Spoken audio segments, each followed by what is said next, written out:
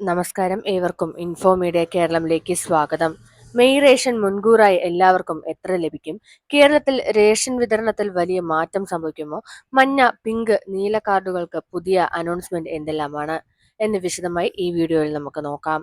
മഞ്ഞ കാർഡ്, അതായത് AAY കാർഡുകാർക്ക് 60 kilo അരി, 4 കിലോ ഗോതമ്പ്, 6 പാക്കറ്റ് ആട്ട. ആട്ടയുടെ വില കിലോയ്ക്ക് 7 രൂപയാണ്.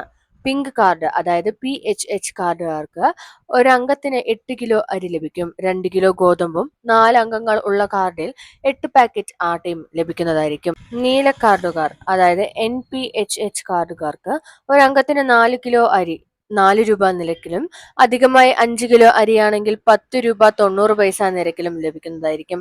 ആട്ട സ്റ്റോക്ക് അനുസരിച്ച് 2 മുതൽ 6 കിലോ വരെ കിലോയ്ക്ക് 17 രൂപ ഈടാക്കിയായിരിക്കും ലഭിക്കുന്നത്.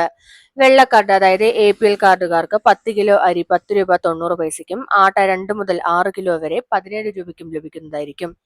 ബ്രൗൺ കാർഡുകാർക്ക് 4 കിലോ അരി 10 രൂപ 90 പൈസയ്ക്കും 2 കിലോ ആട്ട 17 രൂപയ്ക്കും ലഭിക്കുന്നതായിരിക്കും. പ്രധാന തീയതികൾ നോക്കാം. ഏപ്രിൽ 3 വരെ പഴയ വിഹിതം വാങ്ങാം. ഏപ്രിൽ 4 മുതൽ പുതിയ റേഷൻ വിതരണമായിരിക്കും. മെയ് മാസത്തെ റേഷൻ മെയ് 30 വരെ ലഭിക്കുന്നതായിരിക്കും. ശ്രദ്ധിക്കുക, ബുധൻ മുതൽ വെള്ളി വരെ റേഷൻ കടകൾക്ക് അവധി ഉണ്ടായേക്കാം. പ്രധാന അറിയിപ്പ്: സ്റ്റോക്ക് അനുസരിച്ചാണ് ചില സാധനങ്ങൾ ലഭിക്കുക. അതുകൊണ്ട് കഴിയുന്നത്ര വേഗം നിങ്ങളുടെ റേഷൻ വാങ്ങുക. ഈ വിവരങ്ങൾ നിങ്ങൾക്ക് ഉപകാരപ്പെട്ടാൽ വീഡിയോ ലൈക്ക് ചെയ്യാനും ഷെയർ ചെയ്യാനും മറക്കരുത്. ഇനിയും ഇത്തരത്തിലുള്ള അപ്ഡേറ്റുകൾക്കായി ചാനൽ സബ്സ്ക്രൈബ് ചെയ്യുക. നിങ്ങളുടെ അഭിപ്രായങ്ങൾ കമന്റിൽ രേഖപ്പെടുത്തുക. നന്ദി, നമസ്കാരം.